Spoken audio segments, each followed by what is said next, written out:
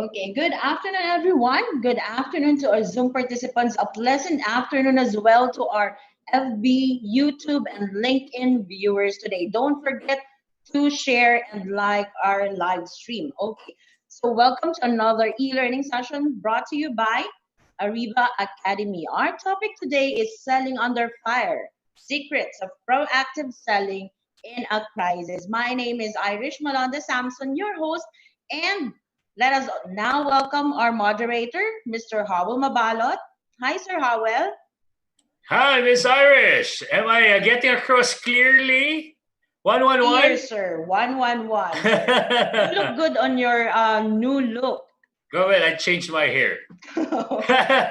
So, Sir Howell, let's So start. you look great as well, as Thank always. you, as always, sir. Thank you for appreciating my beauty every day. Of course. Okay, Sir Howell, join me in welcoming our participants who are watching overseas. We are from Selangor, Malaysia, Petaling Jaya, Malaysia, St. Paul's Bay, Malta, Moscow, Malta, Lalitpur, Nepal, Riyadh, Saudi Arabia, Ra, Saudi Arabia, Singapore, Mijas Costa, Spain, Dubai, United Arab Emirates, Fujairah, United Arab Emirates, Florida, and LA, United States. Thank you for joining us today. And in order for us to have a smooth flow of our e-learning session, here are the following reminders and house rules. Please type in hi who are the first time viewers of our webinar. Please type in hi in the chat box now. So let's wait for them. Let's all welcome them. August, Borrego, Marianne, hello, welcome to our e-learning session. Kyla, Lynette, okay, we have a lot of new viewers today. Marilyn, hello ma'am, welcome to our e-learning session. Celerina Puraganan, okay. Hello, Rodablas Nicolas, of course, Sir Arnold Viñas. Hello, sir. So let's do a sound check. You will be needing a good quality headset. Please use the following codes. Type in now 111 to show if you can hear me. You can hear us loud and clear and audible. Thank you, Kyla, Arnold, Rio, Giselle, 111, Ronaline, Marilyn, Regina Baklig, 111, Joey Oliveros, okay, Barwin, Vince, thank you, 111, 222 means you cannot hear us. No sound at all. 2121 means our sound is breaking up or there's a lag, and question mark if you don't understand anything. So far, 111, Sir Howell, we are all ready and clear. Okay, We are. moving on. We will be having a 2 to 3 minute break after the presentation of our guest speaker and before we move on to our question and answer portion. For Q&A guidelines, participants' microphones will be temporarily disabled by the administrator during discussion to avoid interruptions. Questions will be entertained after each topic of the session. For questions and clarifications during the provided time after each topic, please click the raise hand button for the administrator to enable the microphone for live questions. This is intended for our Zoom participants. Yes, you can ask your questions live later at the Q&A portion. Type in your questions at the Q&A box, again at the Q&A box, not in the chat box. One question at a time will be entertained. For comments and feedback, please scan this QR code. This will be directed to our feedback form. Please send us your comments, suggestions in order for us to improve our future e-learning sessions. And now to discuss selling under fire, secrets of proactive selling in a crisis. Mr. Howell Mabalot, please introduce our speaker from United States. Wow, thank you, Miss Irish Malonda Samson, for the honor to introduce our speaker from the United States. I wonder what Florida, time it is right now. So Florida. So, wow, it's very early in the morning. Okay, today's speaker has led his own organizations through uncharted turbulence in the past and in a variety of situations and country markets, including selling during a reign of terror from the IRA in London, the post 9/11 anthrax scare in the Central Europe, demolished infrastructure after bombing campaigns in Beirut. Wow. These events were external and had an immediate impact on the mindset of the customers, the team members, and the leaders. Today, we will share the winning takeaways from these experiences from him, who acted as CEO of his teams across the globe. Everyone, let us put our hands together for Mr. MJ Tolan. Mr. MJ, hi, sir. Good morning. It's 3 a.m., by the way, Owl. 3 a.m. in Florida. Wow, thank you for your sacrifices, sir. It's our honor.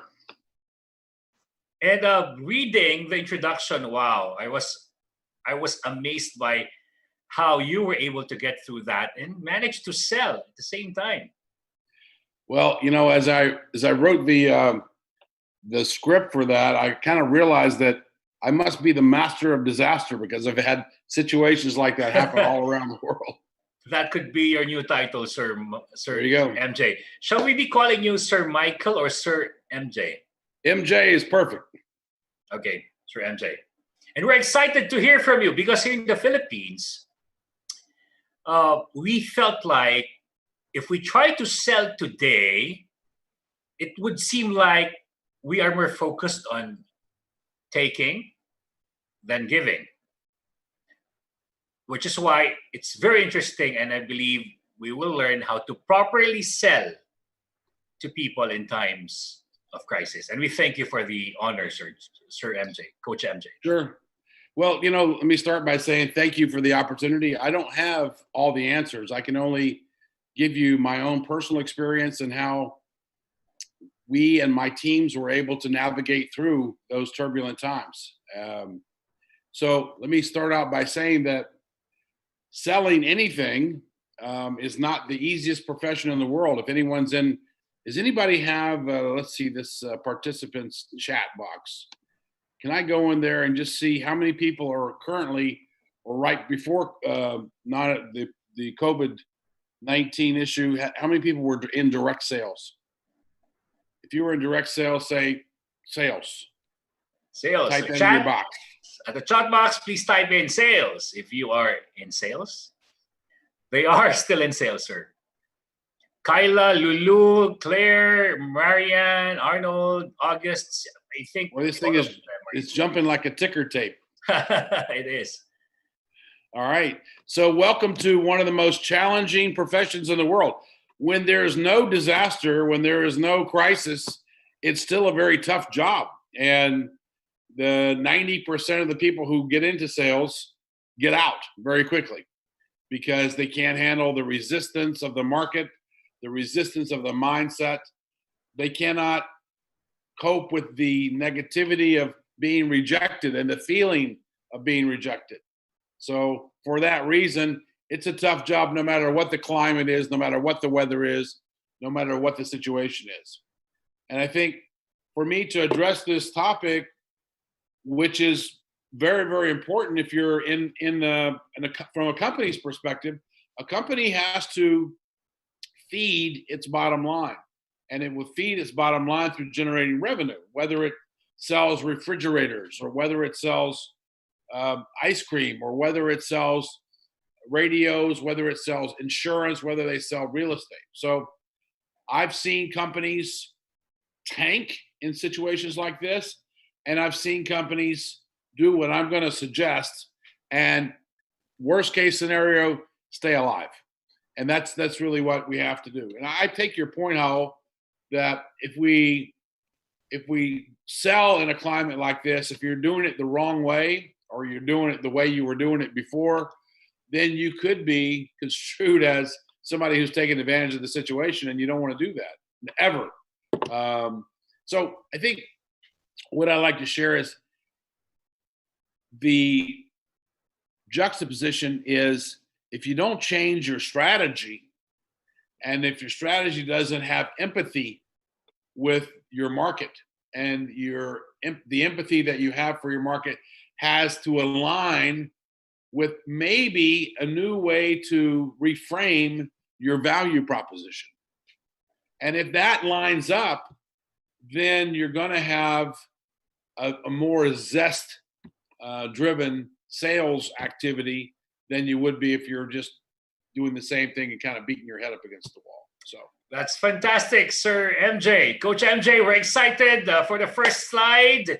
And this will be an hour and a half. It will be done before you know it in Florida. Yeah, that's what they said. Let's see. I'm going to get my tech guy. My tech guy, I guess, is going to move me forward here on the. So what you can do now, Sir Michael or Yes. Coach MJ, is to click the share screen at this moment. Gotcha. And yes, sir. I'll give you, sir, a feedback if we already are seeing your PowerPoint presentation. There. And now you can, wonderful. Now, I don't see you guys. Can I go back like this? No. What you can do is minimize the screen, but you have to first share the screen, sir. Gotcha. So first we're going to. Can you see the screen now? We're just seeing your copy of the presentation, sir. You can click share screen now, sir. Our screen sharing. Or you can do the full screen sharing, sir, because you're using Mac. It's okay if you don't see us. What's important is we see you, sir. Uh-huh. So just click the slideshow. How's that? Wonderful. Thank you, sir. Are we good? Okay. So I think before I begin, because I can't see you, this is the frustrating part about this whole. I understand. I share your sentiments, sir. you do, huh? All right. So listen, before we even get into this, I'd just like to thank everyone who signed up for this. I hope to give you some good takeaways for this. I hope I can give you something that you can put into practice immediately, no matter what you're doing.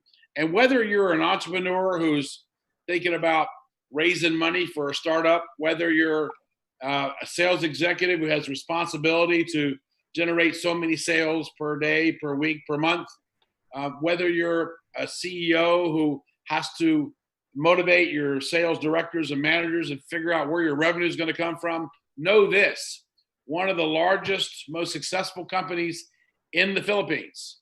And I can tell you for sure, I'm an eyewitness. When they opened up in Dubai, the line to get to the product took about 3 hours and people were waiting in line. It's called Jollibee's. Yes. That was in my mind, yeah. So imagine their sales revenue, how it tanked. After over 2.5 months, their revenues went down 60-70%. Same here in the Philippines, sir. So we're not going to come up today and talk about how we're going to, in 1 hour, which is what we have, to be able to address the magic formula. But what we can talk about is the magic mindset to get through the formula. How's that? Right? That will be exciting. One of the things I'm going to share with all the participants today is we're going to ask you, only if you like, we're starting a new podcast called MJ on the Air. You can look it up, mjontheair.com. Feel free to go on there. That's how you can follow me. And we're doing this program called Mission Impossible, which is my core brand, which we talk about impossible situations, impossible people who've overcome amazing adversity. So Mission Impossible is really the topic. We're doing 10 episodes this summer. And if you sign up, you'll be able to have those episodes for free. Not only that, but we'll be giving away today, for those people who sign up, a copy of our book, Success in 47 Minutes. Wow. It doesn't take an hour, only 47 minutes. So sign up on MJ on the Air and get that. I'm sorry, I just had to do a little commercial for our sponsors. It's okay. We want free stuff. Yes, sir. Okay. All right. So moving into this, we're going to talk about selling in the crisis. So I guess, unfortunately, COVID is here right now, and it's still, with us, but it will pass. And when it does, we'll have some lessons from this. Most of us will want to get back to normal. Most of us have this amazing ability to forget very quickly, and we move on. In the Philippines, you've done this magnificently, courageously, for years and years and years, from one disaster to the next. You know, God bless all the people who lost family members in Tacloban and so many other disasters, and yet you move forward and you get through it. You get through a crisis. A crisis will always come, and so will change. And no one likes either one. They don't like change, and they don't like crisis. Well, so I think that what I'd like to do now, before we even get going, is talk about how do we manage ourselves? How do we manage our business? How can we sell a product in a crisis? And I think the first thing we need to do is identify what the problem is. Now, you could say, well, it's COVID-19. Yep. Okay. And the people are dying in the hospital. Yep. And it's a virus, and we don't know if it comes from a bat or a rat. Okay. But what's really the problem? Why aren't people buying? Why are we afraid? Why are we afraid to approach them for sales, as you said, Mr. Howell? And maybe the answer is because there's a psychological barrier that's happening. And that barrier, I'm going to talk about that now. You mentioned in the introduction that I had a couple of experiences. One of, I don't know if do you have any attendees from Spain here? Do I have a Helen Smith in the audience? If I do, she might know that during a London startup, we were tasked with the problem of being able to do promotions all over the city of London. And the way that we did that is we had outdoor promoters in the summertime, and they were very jovial, and they were taking surveys, and some of the most expensive stores in the world. One of them was Harrods.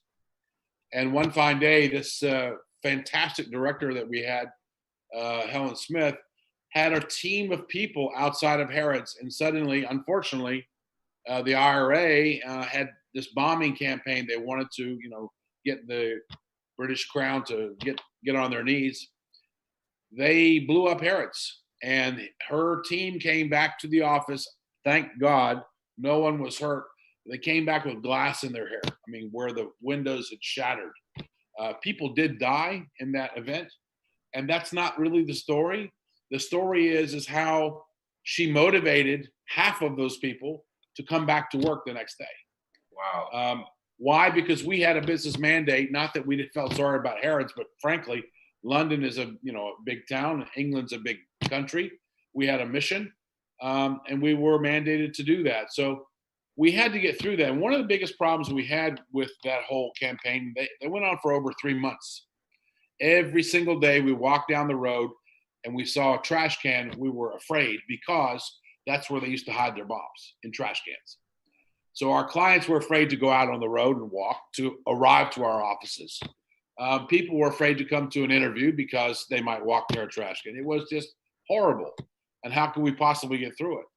So I think that situation, and then our situation in Beirut, where we had threats from the Syrian border, threats from the Israeli border. Finally, Israeli jets came in, started blowing up bridges. Just a horrible 47-day war. And there we were in the midst of it, our head office, with salespeople and marketing people running that operation.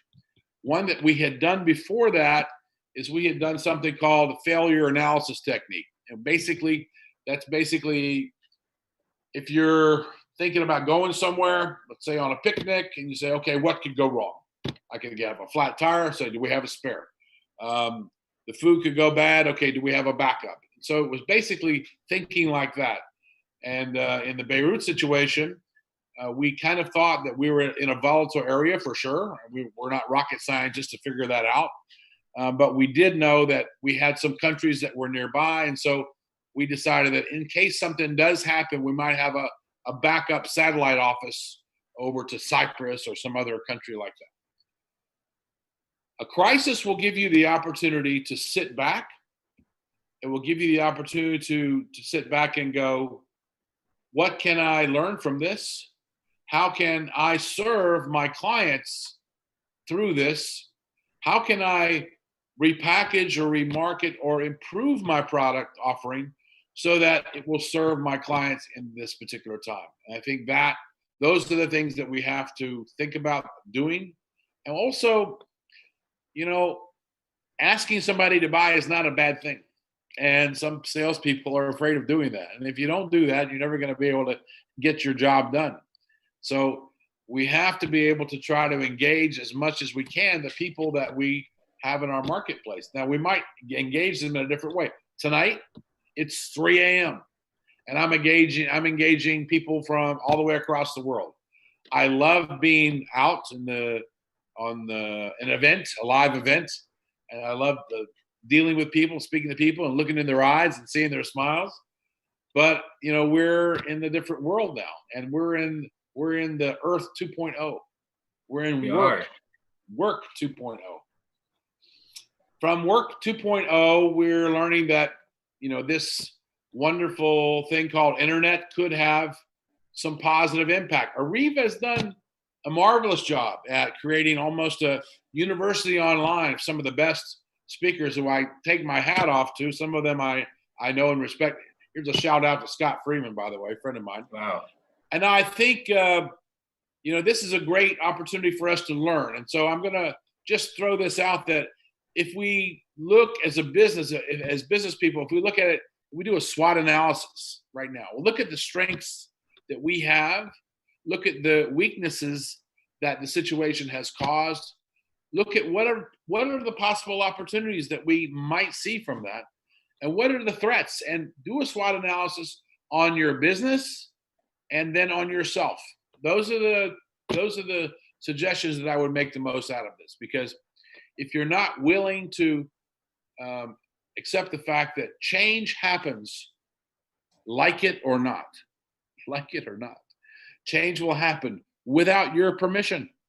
So you have two choices. You can embrace it like a willow tree, go with the flow, or you can try to resist it like a palm tree on a Boracay beach in the middle of a typhoon.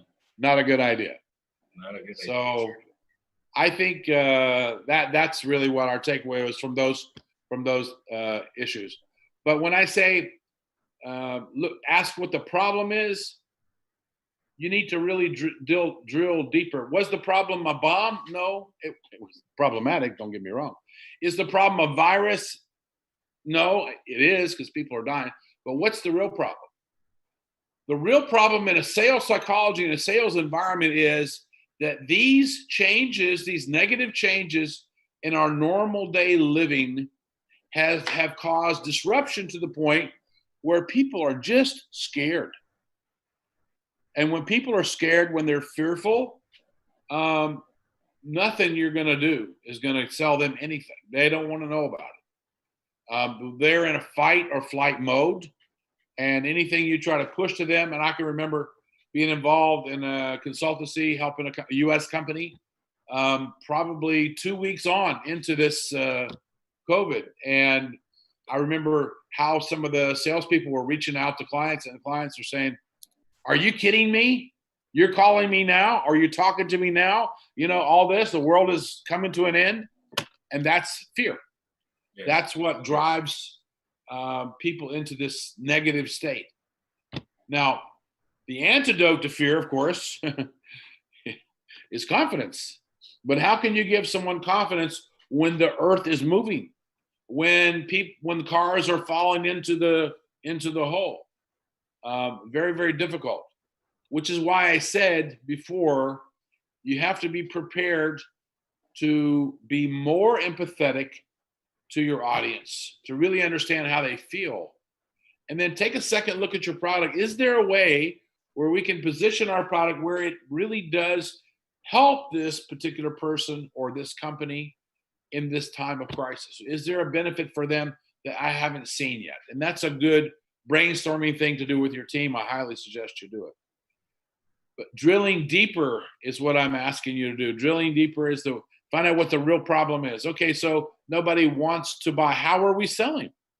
Well, we're selling face to face. Well, you can't do that right now, possibly. One masked man says to another masked man, who is that masked man? So everybody has this social distancing thing that they need to respect. And we must until we know for sure that we have a solution, possibly a vaccine, whatever that solution is. But until then, maybe the ways that we were selling a few weeks ago, a few months ago, might need to be altered.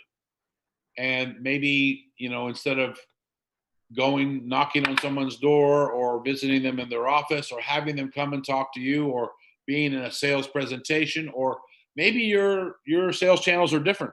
Maybe you have a business where you have retailers who you distribute your products to. But still, at the end of the day, you might have to adjust your strategy. Adjusting your strategy. And I'd like to also bring into your mind a seesaw. You know the seesaw where kids play in the schoolyard? A seesaw will balance itself when both sides are almost the same weight. And what I'm going to say with this is that there's no reason to wait on when you can balance your value proposition with your client. So that's very, very important. I think otherwise, if one side is lopsided, you're just wasting your time and digging in. So drill deeper, find out what the real problem is. I'm saying in particular now, the problem is fear of the unknown. And from fear of the unknown, we go into fight and flight mode. We go into hiding. And then hiding when we are locked indoors, then we find the real monster. I found the monster in my apartment. Howell, do you have a monster in your apartment? Yes, I have a monster.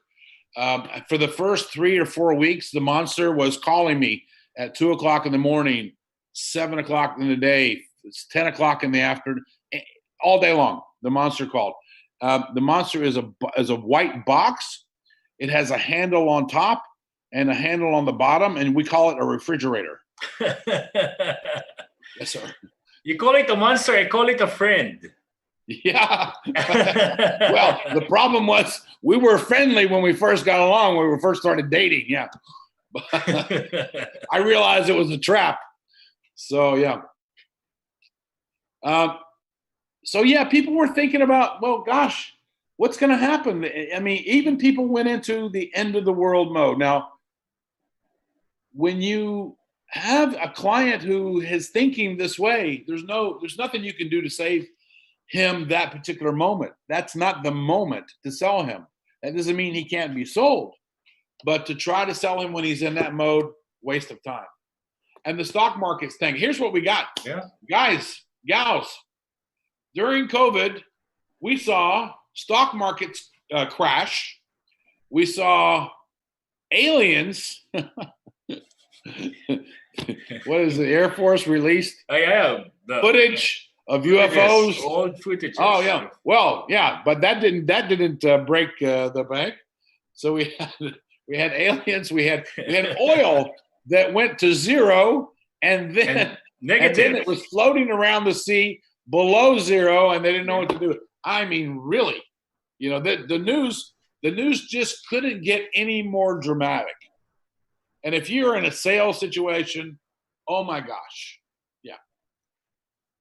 But here's what I do know. I do know that if you're really involved in sales as a profession, you know that sales is a process and that you have to ask for the order in a particular way when your value proposition is put across properly, when you've discovered a real need that your clients might have. And there's a process. And if you follow your process, even if possibly your process might need to be adjusted, as we had to do in London a bit and in Beirut a bit. But at the end of the day, if you're following your process and you're consistent and your attitude is right and you've adjusted your empathy to your clients, you will get results for sure. That's for sure, no matter what. So the problem is that most people will give up because they go, oh, how can I? How can I go ask Mr. So-and-so to buy what product? Well, guys, if you're not selling a product that you really believe in, stop selling it. That's number one. But if you have a product that you really believe in and you really believe it's going to give someone a benefit, you'll find a way. The problem is that you might not be as persistent right now because you yourself are in that mindset. And you yourself are fearful. So if you're fearful and you talk to another fearful person, what do you think is going to happen? Wake me up when you figure it out. So I'm telling you right now that getting through any situation is mindset. And that's the key to this whole thing. I've heard a lot of your speakers talk about mindset. And you know what? I'm glad, because you can't talk about it enough. And no matter how great some of our sales organizations have been across the world, in country after country after country, they were only as good as they were yesterday.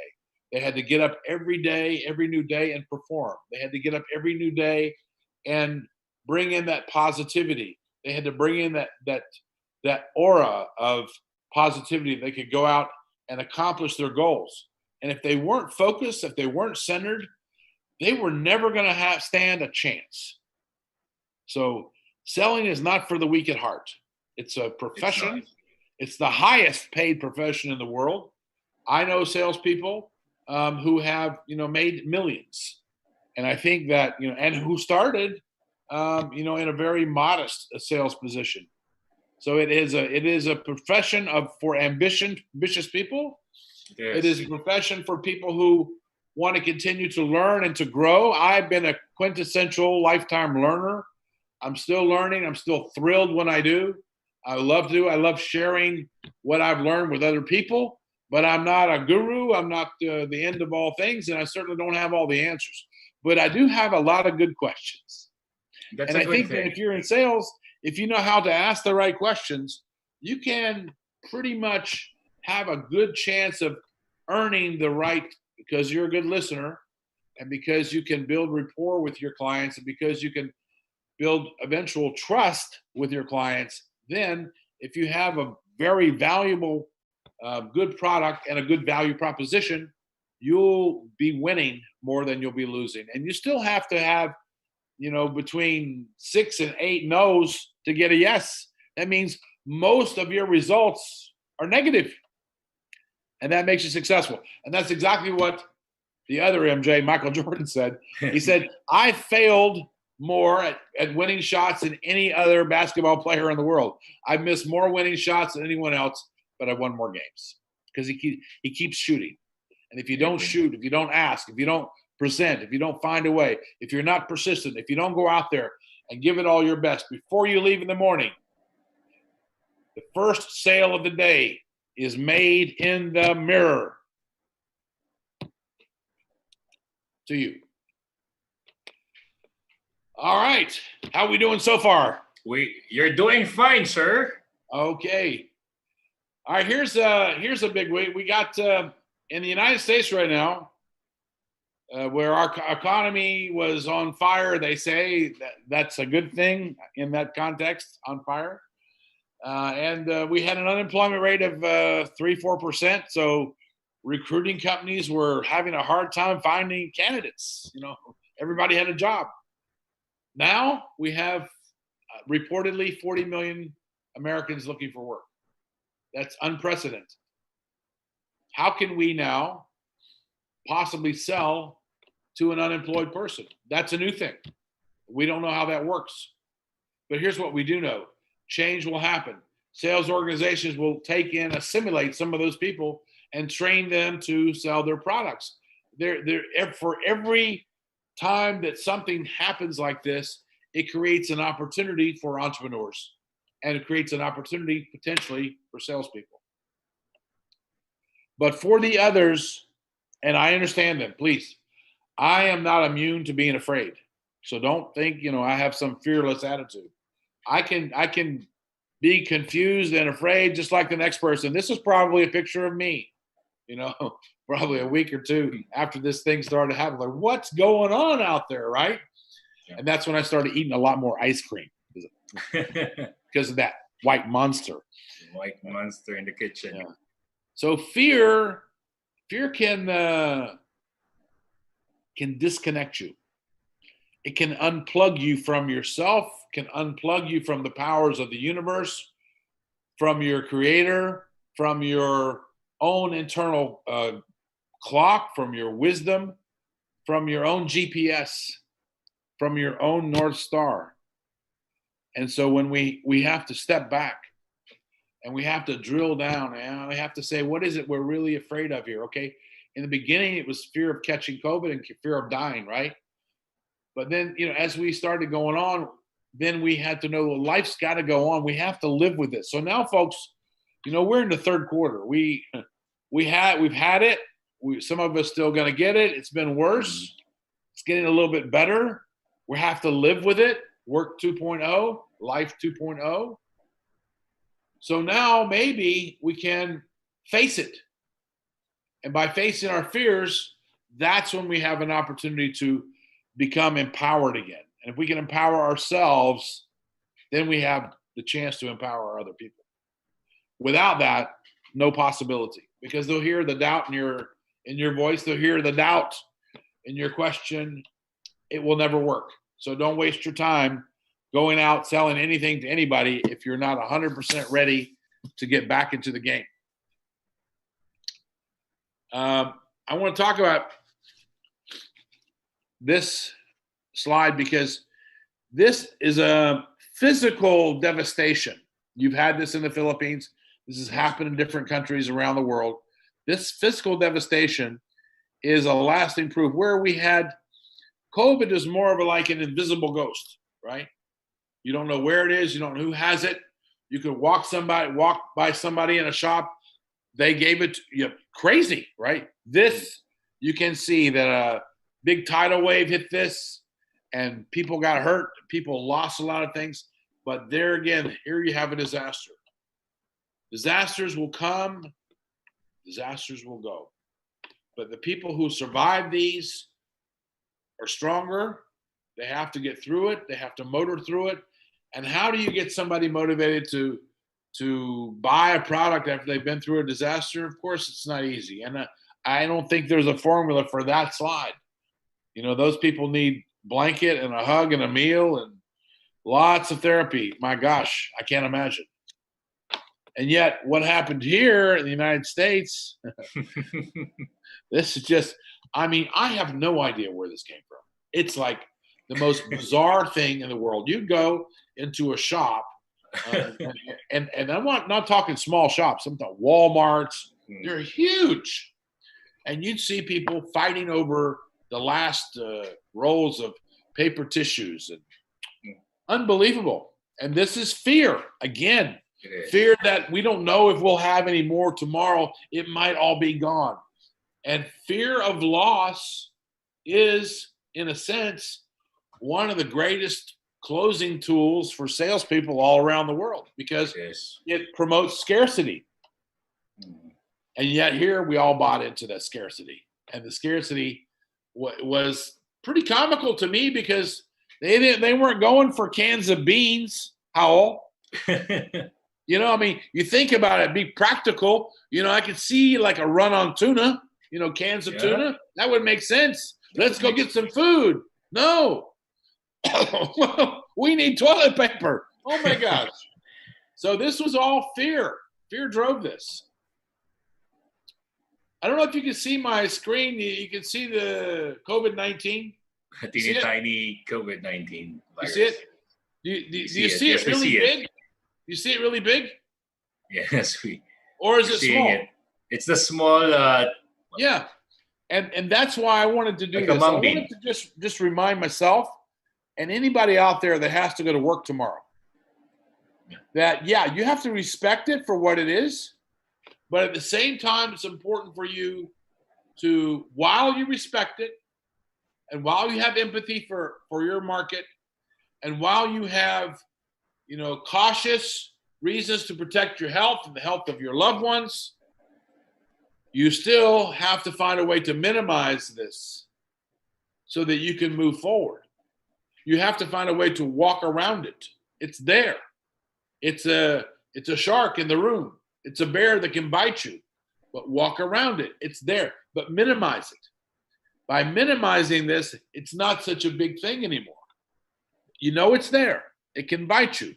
Walk around it. Minimize it. Food for thought. Because we have to face our fears every day.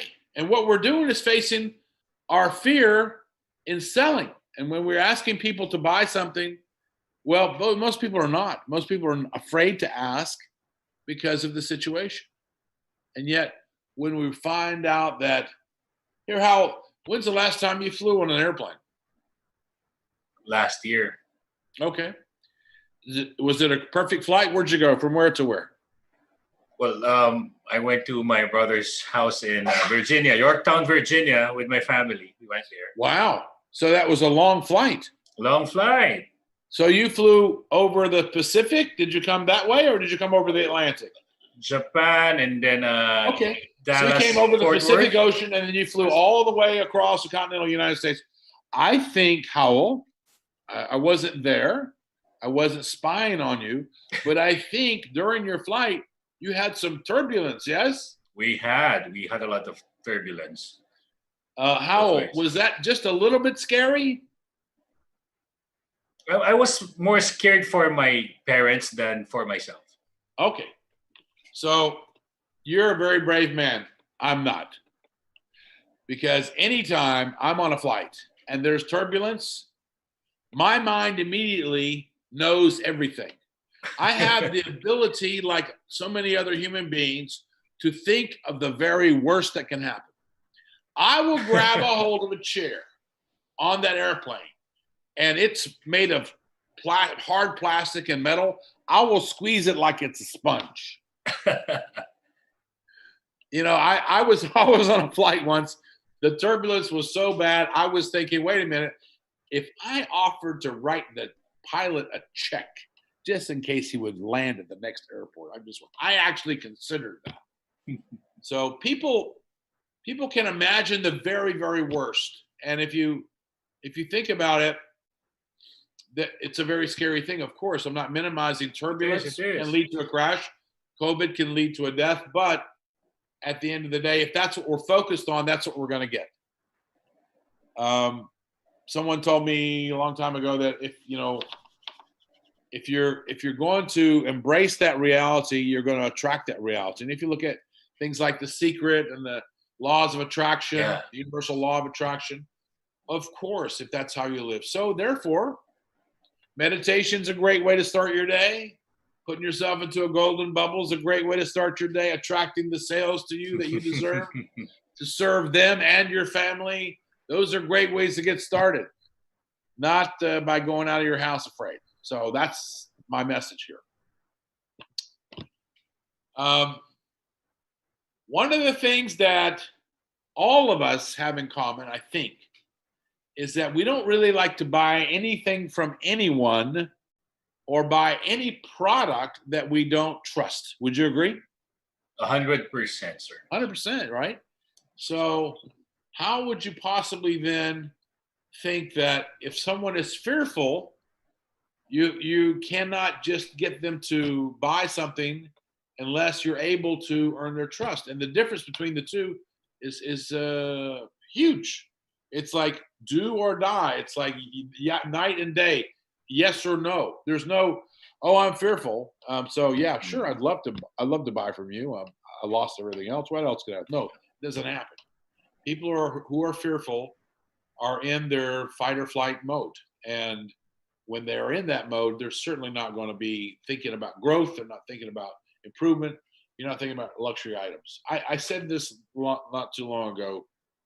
I had a talk and I did, and it was about a guy in the forest being chased by a lion. Now, of course, nobody wants that to happen, right? But so just pretend this is scene I'm going to paint for you is only a cartoon, okay? Okay. So the guy sees the lion. Do you think the first thing he does is check his Rolex? Does he pick up his bag of Louis Vuitton and start to polish it? You know, is he trying to hold on to his luxury items, or is he running for his life?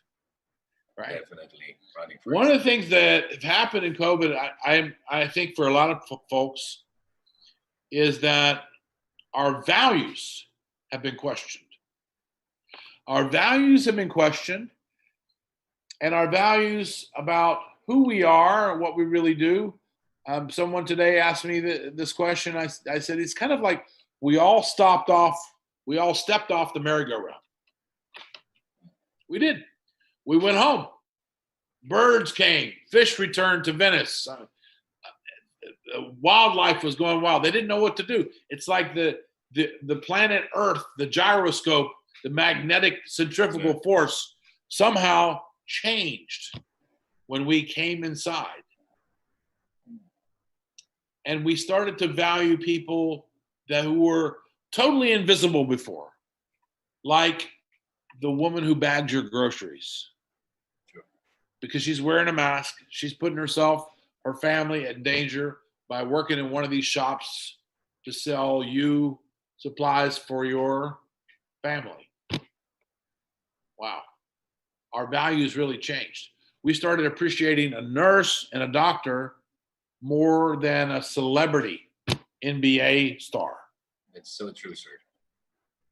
And then when we look at it, we kind of go, I don't know, has life really changed? I hope that we hold on to some of these moments, because I know for sure it makes us better people. I know for sure, in spite of eruptions that you might see now in different places, including the United States, it's very sad. I don't condone it. I like to speak out against it, that everyone deserves the right to live, to have justice, to have personal freedom, to speak. However, there's a right way and a wrong way to go about it, and violence is certainly the wrong way. But going back to trust and fear, tomorrow there's going to be people in this country who are going to live in fear, and there's going to be people out there building trust. And those people building trust are salespeople. And they'll go out and they'll do it methodically. They'll do it with a process. They'll do it knowing that they have a target and a goal, because they are there to serve. They are not salespeople at all. They are in the service industry in their mind, and they are simply helping other folks move all the cobwebs away of confusion to give them a clear understanding of how their family will benefit from their product or service. That is the mark of a real professional salesperson. That's what they'll do. Yes, sir. I agree. Well, gosh. How much time do we have left, Mr. Howell? You can just call me Howell, Sir MJ. And we still have, for the lecture, 17 minutes.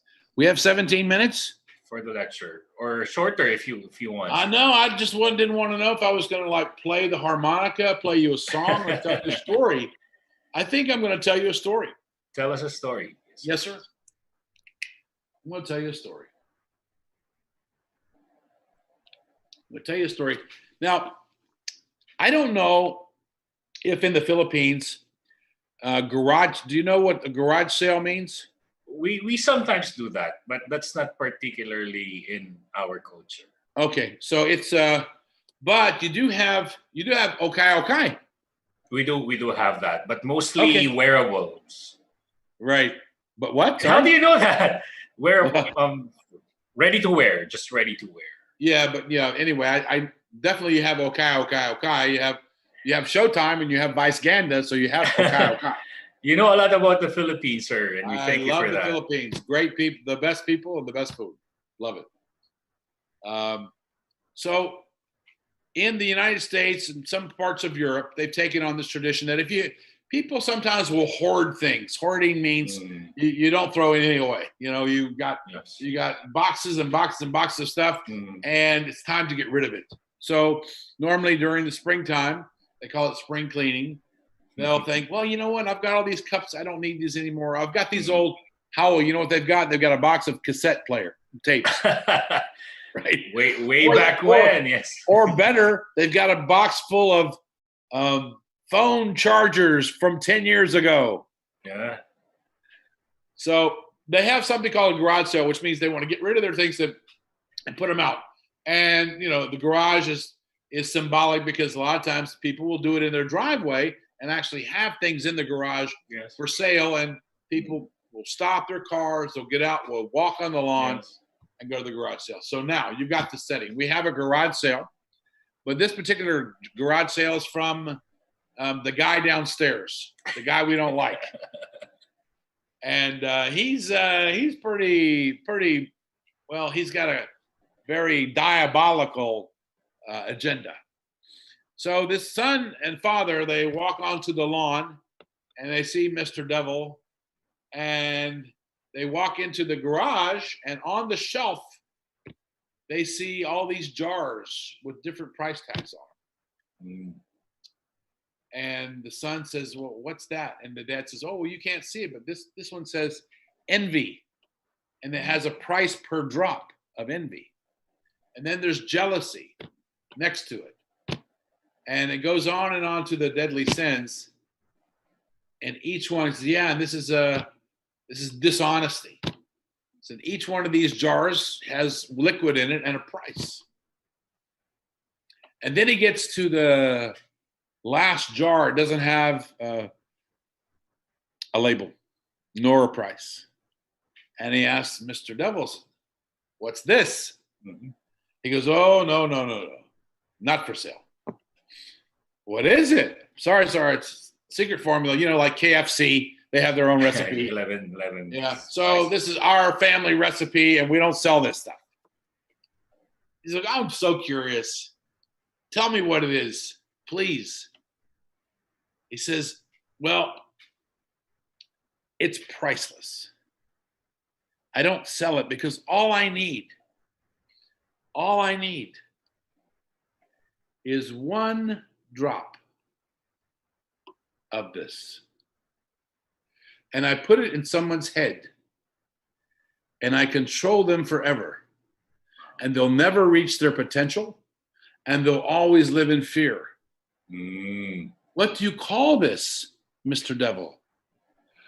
Oh, many things, but the most common word for it is self-doubt.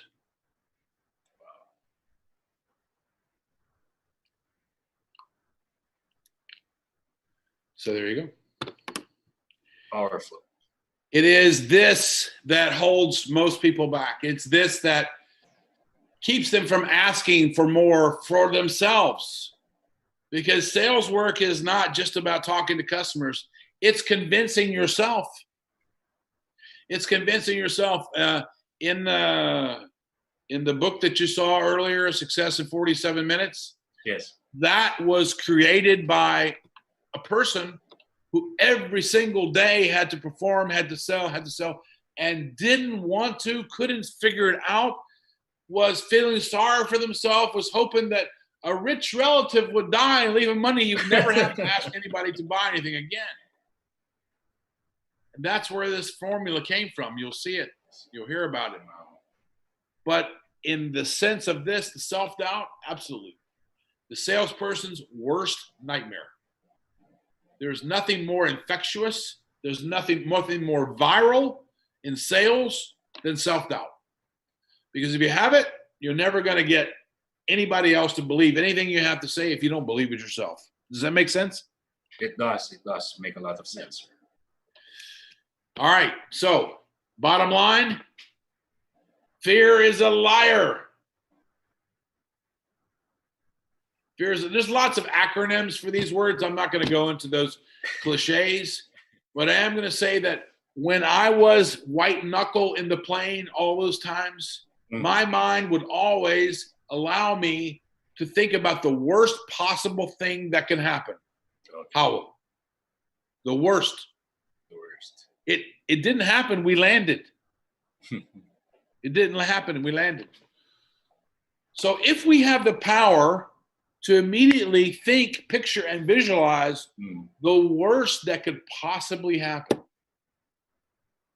What if we were to use that power of being our own Steven Spielberg, creating a movie about our future that wasn't disastrous, that wasn't fearful, that wasn't failure, that did not succumb because COVID-19 has destroyed our economies, destroyed our sales ability, that life will not go on, and now we're in helplessness, and now we just need to eat more ice cream from the fridge.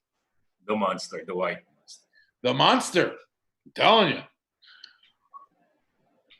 We have to get beyond the fear because it is a lie. And we have the ability to create this new reality. And the new reality is, if I can think about the very worst and I can think about the very best, what would that look like? What would a day look like tomorrow for me, for you, if everything would go right? What would you ask for? If anything was possible, what would you dare to do? How would you see that? How would you strategize that? How could you leverage that into an opportunity for you to succeed? You see, it's not that you need to be lucky every day. Even in the Bon Jovi song says you got to make your own luck. So you're doing that through your preparation. You're doing that through your persistence. You're doing that through your process. You're doing that through your passion. You're doing that because you're driven, because you have a big reason to do it, because you have your why am I doing this? Why is my product good? Why do people need it? Why am I important in this person's life to be able to bring him this product or message or service? And if your day can't be directed at a Steven Spielberg movie to the point where you really think, wow, now this is going to be a great day, go back to bed. 10 minutes later, try again, because you don't have to live in fear. You can be empowered. And you don't have to feel empowered immediately. You can just pretend to be. You can edit your fear and say, yeah, okay, I'm fear, but if I wasn't, then what could I do? Give yourself a chance, because not every turbulence is going to make you crash. Not every news story is going to be the end of your life or your world. Not every rumor or murmur, not every no you hear from the market is going to be a finality. You have a chance, you have an opportunity to be yourself and to grow yourself. And you know, I said before about the SWOT, to do strengths, weaknesses, opportunities, and threat. Do a SWOT analysis on yourself. You may find that you've stepped off a merry-go-round for another reason altogether. And you might want to be selling a different product or doing a different thing. Whatever it is you do it with passion. Do it with purpose. Do it because it matters to you that other people will benefit from what it is you do. And don't buy into the fear. Because fear in itself is going to overtake you. And that's what's the problem with most sales organizations today. They're simply afraid to ask for the business because they haven't realigned their value proposition to the point where they're empathetic with their clients. They've adjusted their strategy. They've possibly looked into other ways to present or their sales channels around the world or around the market, however they distribute that. It's time to be flexible. It's time to adopt change and make it part of our life and not be so fearful about it. Selling, at the end of the day, is all about looking at what our product can do for our clients, whether it's life insurance. I think there was quite a few people in real estate. Real estate life. These are products that maybe are more difficult to sell than, say, somebody who works in a mall is trying to sell makeup. I don't know. But I'm going to say this. Whatever product you're selling, whether it is makeup, and I respect whitening cream, so shout out for all those people doing that. Or if it's real estate, or if it's insurance, or any variation thereof, your product has certain features, like a bicycle. So a bicycle has, let's describe a bicycle, right? Shall we try, Howell? Yes, let's do it. Okay, two wheels. Then it has handlebars. Then it has those pedals. and it has maybe, I'll just throw in like an amenity. It has a bell. Ding, ding. Okay, you got me? That's a cute bicycle. You like it? Okay, let's color it red. Wait a minute. Let's color it red. And we're going to put super on the side. Super Howl. That's the name of the bike. Yes, sir. You got a branded bike. It's a beautiful bike. So those are the features. So now the salesperson comes up to the client and says, well, this is a really nice bicycle. Just look at those tires. And by the way, it comes with a bell. And wow, handlebars. Just look at those. And of course, every professional salesperson knows that this is kindergarten stuff, because it is not what the features of the product are not what sell the product. It is what it does for the client. It allows the client to use that product and have freedom to go into nature, go on trails, lose weight, have fresh air. Yes. All those are benefits, the experiential benefits. And most salespeople are missing that also. So it's important to really find out what it is you do, why you do it, and is there a bigger why you can give your market so that there's no reason why they would ever say no once they heard it from you, the master. We live in a world today where we're going to greet our clients. There are organizations today who are wearing masks. I took mine off. I'm in my home, but I wore one today faithfully in the places that I went to. And I saw that other people who were doing who were running organizations or servicing, whether it was a car dealer that I visited, whether it was a shop that I visited, you saw people who were working in those shops, again, wearing the masks and still doing their job. And you see TV interviews where people are wearing the mask and keeping social distancing and doing their job. So can you do selling face-to-face if you social distance? I believe you can. Organized with process, of course. Yes. So it doesn't have to be the end of face-to-face.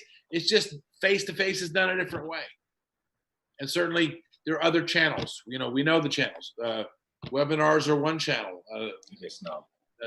Telesales call centers. The Philippines are king of call centers. So, wow, there's a technology that the Philippines has and a resource they have to be able, they're so busy selling products for Americans and for other parts of the world, they can deploy some of those same techniques and technologies for their own market domestically. How about that? I think that the reason that I came up with this mission I'm possible years ago was because I was trying to teach a class and I was telling them that I wanted to get a particular discount on, I think we were buying 50 pizzas out that day. Oh. And for the class, it was a big class in Russia. And I said to the translator, whose name was Serge, I said, Serge, you call the pizza guy and you tell him I want 50 pizzas, but I want 20% discount. And Serge turned to me, very respectfully but sternly, and says, in my country, it's not possible. So Serge, I'm not really asking your opinion. I'm paying. I need 50. Just ask him for a 20% discount because you're my translator. I cannot because he will tell me no. Okay, Serge, I understand that you think he's going to tell you no. But if you ask him and you tell him that your boss from the USA will buy them on condition that he has a 20% discount, see what he says. And Serge was so stubborn. He was so blocked. He couldn't. He turned to me and goes, another question I have for you. Why American have more than 2 ketchup? We only need 2. Why you have so many bread? So everything for him was like he just had a fixed way to think about it. And I went up to the whiteboard. Was it a whiteboard? Or maybe back in those days, it was just a sheet of paper. And I wrote the word impossible to the class with my other translator, who was a little bit more liberal. And then I put this accent in between the I and the M. Wow. And then I said, if things are going to be possible, it's because I make it possible, because I am possible. I'm possible. So that's where this came from. That's where so many of my workshops, which I've had the privilege and pleasure of doing around the world,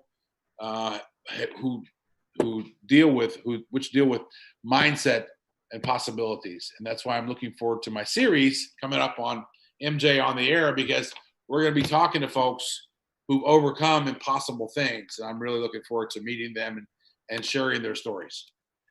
At the end of this crisis, you have two choices. Mm-hmm. You can show people the burdens that you have, and oh, woe is me, poor me. I'm not saying that anybody who had a problem didn't have a problem, but I'm saying that we have a choice of which side of the room you want to be sitting on. Do you want to be sitting on the side of the room that gave it their best, that really tried, who went out passionately, who gave it their all? Because I promise you, if you do that, you're probably not going to be sitting in the room. You'll be so busy. But if you're one who's going to bear the crisis as a badge of Purple Heart, probably you need to read this book quickly. So I think, you can decide how you're going to be defined at the end of this. This is kind of a dated shot. 2016, I was asked to chair a training and development seminar in Dubai. And the topic, Howell, was Work 2.0. Mm. This is 2016. Work 2.0 in 2016 was a trending phenomenon that very soon into the future, more people would be working from home. Oh. Work 2.0 meant that less people would rent offices, mm-hmm. and more people would have stay-at-home jobs and be able to use things like technology to help them do their job. This was in 2016. There was no crisis. And there was a huge workshop, seminar, conference about this in Dubai. So when I saw things happening recently and I saw, people now are looking at homes, I went to go buy a microphone, by the way. Do you see my microphone? Yes. Yeah, okay. I went to go buy the microphone at one of the largest retailers for electronics in the United States. They were out. In fact, in that shop, I probably could have found toilet paper, but no microphone. Because everyone figured out that they better start getting their equipment ready to work at home. So Work 2.0 was a concept in 2016 that people just talked about. We flirted with the idea, and then you'd hear a CEO goes, how would I know if my employees went to work? And how can I be sure, the jobs are being done? And, today, some companies are dealing with their remote teams, and they don't have parking problems. They're never late for work because of the traffic. Lots of benefits there. The world is changing. Yes. You either accept it, embrace it, or because if you resist it, it can break your back. Finally, when we talk about sales, because there's lots of different, it's a wonderful, rich topic. Some people talk about the sales objections, the rebuttals, mm-hmm. when people tell me no, when people tell me yes. Mm-hmm. And I put this slide here for a reason. I like to think of it that because we developed a program earlier, a few years ago, I think JM remembers, called Kung Fu Sales and Kung Fu Leadership. And both of those dealt with the same type of philosophy, that if you use the power which is coming at you, use the power that you know for sure is working against you, and you're able to welcome that power and use that same power against itself, then you have mastered martial arts, and then you have mastered sales. So, what do I mean by that? Imagine, for sure tomorrow when you're selling something in the Philippines that there's COVID-19. For sure that people are afraid to get out. For sure that people can't leave their houses in some provinces because there's still lockdown. Am I right? You are correct. And there's still curfew. So how? Well, if you list all that down, these become predictable objections, predictable points of resistance. So when you're redefining your strategy, when you're reworking your value proposition, meet all of those rebuttals, objections, and points of resistance in the delivery of your presentation, because when you do that, open the door, close the door, open the door, close the door, there's nowhere else to go. I think you'll be more successful when you try it. My personal opinion. This is a part of the cover of one of my books, Executive Powers on Leadership, but I just use this part here because I'd like to remind everybody that every single one of us who've seen any of these superhero movies, we know that they're movies, but we've also witnessed in our midst, in our communities, superheroes amongst us. Yes. In the first responders and those gentle souls who go out without anything more than it's my job as an answer, and they go out and do it. We all have abilities within us that we don't know, and our Creator, he's so smart, he decided to hide them in some of us, so it takes us a while to find them. It's treasure hunting the gold within you. We all have the abilities, more abilities than we know. We all can do much more than we thought we could. We all have the right to wear a cape. We've all had exceptional days. We've all behaved as extraordinary individuals. We've all said things or not said things heroically. We've all been masters of the moment, and we all have the right to wear the cape. Super salespeople who are dedicated to plan, to be persistent, to have purpose, to have passion, to continually give back to them, give to themselves, to continue to learn. All of those people have the trajectory to become a real superhero daily. So I had a question before you go on to your questions here, because I think we're probably right there. Am I right? It is there, sir. Okay.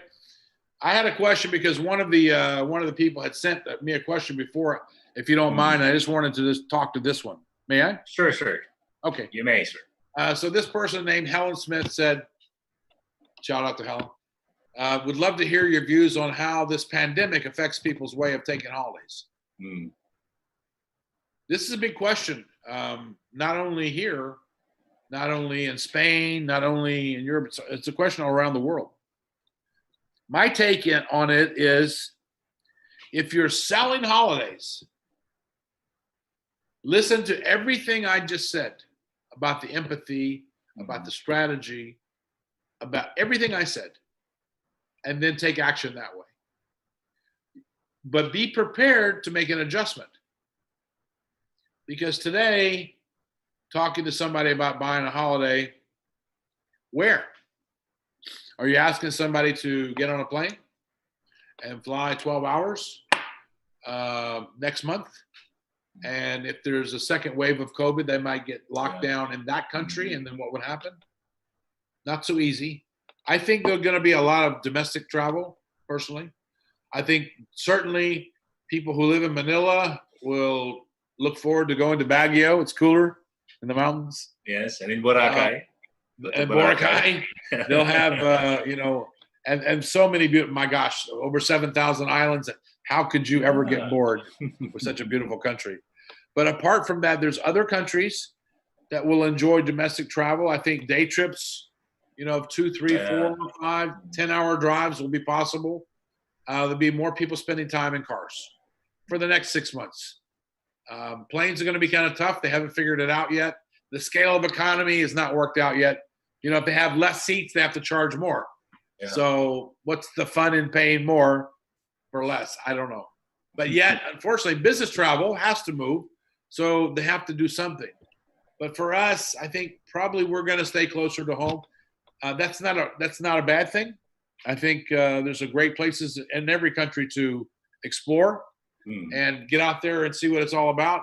if you're in Spain and you have resorts along the Costa del Sol, maybe it's a time to revisit offices in Madrid, exhibitions, teaser packages to attract more people to the Costa del Sol, than relying on the British or whoever would flock down there by the millions every year. That's just my immediate take. Mr. Howell, over to you, sir, if you have any more questions. Thank you, Coach MJ Tolan. Everybody put your hands together for Coach MJ. Live and is on the air. You know Thank what? you. I can tell for every second that has transpired, since an hour and 10 minutes ago, I can tell that you're a full-blooded salesperson, a sales professional. Why? Because you are very organic. You love telling stories. You talk with your hands. You're passionate. You're motivated. And that's how you connect. And with empathy, all the more that you have been more effective, despite the fact that, yes, this is the first time that we're using this technology. And from one salesperson to another, I validate all that you have shared, Sir MJ Tolan. Thank you so much, sir. If I may just say, the first job I had was in sales. It was in Toyota, 1994. And so I was pirated in 1996. When I was 22, I got my first car. At 22, my classmates are still looking for a job. And then I, on the other hand, have my own car already at 22. And that's the beauty of being in sales. Right? Absolutely. And this is actually the most rewarding career. And for the people who are here right now, I'm sure that you have been empowered, impassioned, recharged, encouraged by Sir MJ Tolan. So again, everybody put your hands together. Sir MJ, we'll just pause for a break, just a 2-minute break, so that we will give our sales professionals who are watching us now via YouTube, live stream, and everybody in the Zoom room can ask you a question. So everybody can type in their question at the Q&A box. So in the meantime, you can take a break, sir. 2 minutes. Don't go away. We'll be right back. We promise. Okay. I'll be here. Thank you, sir.